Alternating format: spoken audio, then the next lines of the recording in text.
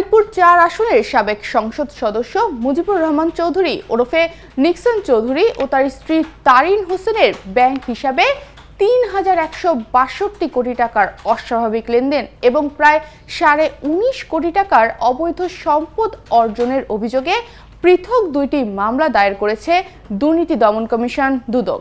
৯ জানুয়ারি দুদকের ঢাকা সমন্বিত জেলা কার্যালয়ে মামলা দায়ের করা হয়েছে বলে জানিয়েছে সংস্থাটির মহাপরিচালক মোহাম্মদ আক্তার হোসেন।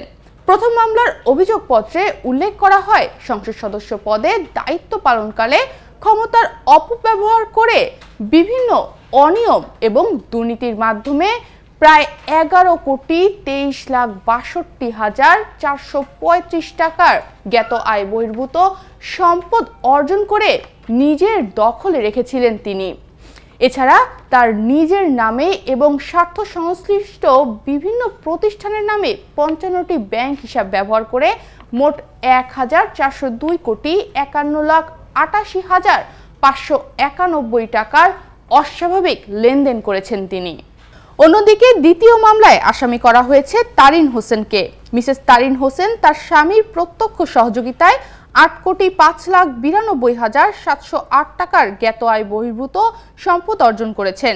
একই সঙ্গে তিনি তার নিজের নামে এবং স্বার্থ সংশ্লিষ্ট বিভিন্ন প্রতিষ্ঠানের নামে ১৭টি ব্যাংক হিসাব ব্যবহার করে মোট ১,৭৬০,৩৪,৫১,৩২০ টাকার অস্বাভাবিক লেনদেন করেছেন।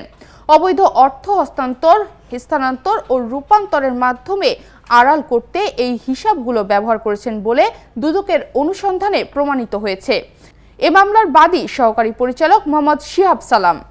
নিক্সন চৌধুরী ৫ আগস্ট আওয়ামী লীগ সরকারের পতনের পর থেকেই লাপাত্তা হয়ে আছেন। তিনি সাবেক প্রধানমন্ত্রী শেখ হাসিনার সঙ্গে আত্মীয়তার সুযোগ নিয়ে তার এলাকায় ত্রাসের রাজনীতি কায়েম করেন। বিভিন্ন সময় বিতর্কিত বক্তব্য দিয়ে সামাজিক যোগাযোগ মাধ্যমে আলোচিত ছিলেন তিনি। পদ্মা সেতু দুর্নীতির অভিযোগ ওঠার সময় তার নাম সবচেয়ে বেশি উচ্চারিত হয়। জানা গেছে, ঢাকার পূর্বাচল, আদাবর, গুলশান ও বনানীতে প্লট ও ফ্ল্যাট রয়েছে তার। এমনকি সিঙ্গাপুর, অস্ট্রেলিয়া, কানাডায়ও তার বাড়ি রয়েছে। আর ফরিদপুরে নিজের বাড়িতে বানিয়ে ফেলেছেন আস্ত একটা চিড়িয়াখানা।